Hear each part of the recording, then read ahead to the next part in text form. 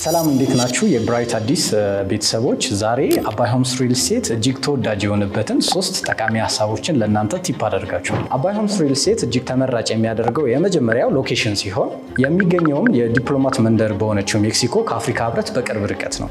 ያ ማለት የመንግስት ተቋማት፣ ትምህርት ቤቶች፣ ሆስፒታሎች፣ እጅግ ዘመናዊ ሆቴሎች በአካባቢው በቅርብ ርቀት የሚገኝበት ቦታ ነው ማለት ነው። ሁለተኛው ደግሞ ዲዛይን ነው። ዲዛይን ስንል የተሰራበት መንገድ እጅግ ሳቢና ውብ ተደርጎ ነው የተሰራው። እንደገና ደግሞ የገዛችሁት አፓርትመንት በውስጡ በቂ የሆነ የተፈጥሮ ላይት፣ የተፈጥሮ ብርሃን እንዲያገኝ ተደርጎ ነው የተሰራው። እንደገና ደግሞ የተፈጥሮ ቬንቲሌሽን ሲስተም እያንዳንዱ ክፍል ላይ ባልከኒ አክሰስ እና መስኮት በደንብ እንዲኖረው ተደርጎ ነው የተሰራው።